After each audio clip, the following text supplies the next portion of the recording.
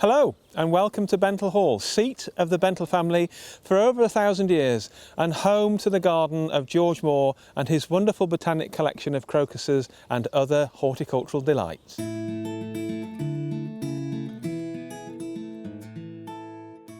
So we've come to an area of the garden known as the rockery. This was installed during George Maw's tenancy here. It's one of the interesting features of the garden, along with the walled garden and the rockeries at the front of the house. When we talk about the influence that George has had on the garden here, it's probably our botanic heritage, something that we continue today along with the help of the Trust and the family.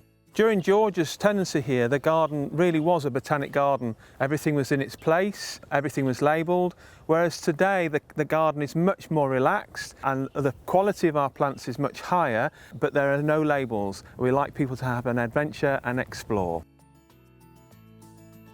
George had a team of 12 gardeners during his time here. Today there's just myself as a full-time gardener, still working to keep that botanic heritage and that high collection in good order, along with a dedicated team of volunteers who come all weathers throughout the entire year.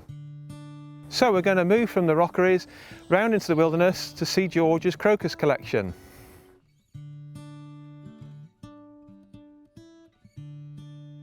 The crocuses that we see here today are the remnants of George's collection.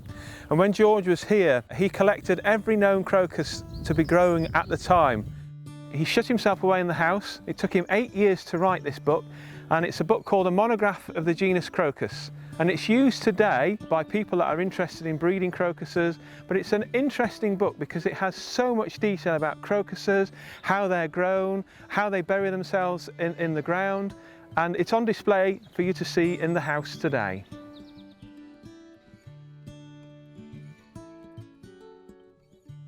So here we are in the old kitchen garden, and up until the family's return back to the hall in the 1930s, this area would have been in full production growing vegetables and fruit for a big family.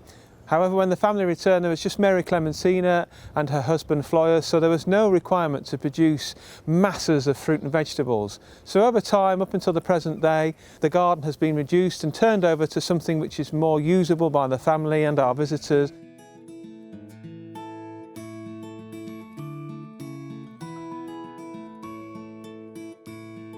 So here we are in the rose garden.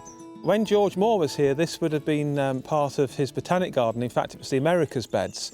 It's an area of the garden that the family really have had a big influence on. They've turned it over from that botanic garden to the rose garden that you see laid before us today. And it's during Sir Paul's time, who was the first tenant of the Trust, that they met their first National Trust Gardens advisor, a man called Graham Stuart Thomas, who was able to help them and shape the garden that you see laid before us today.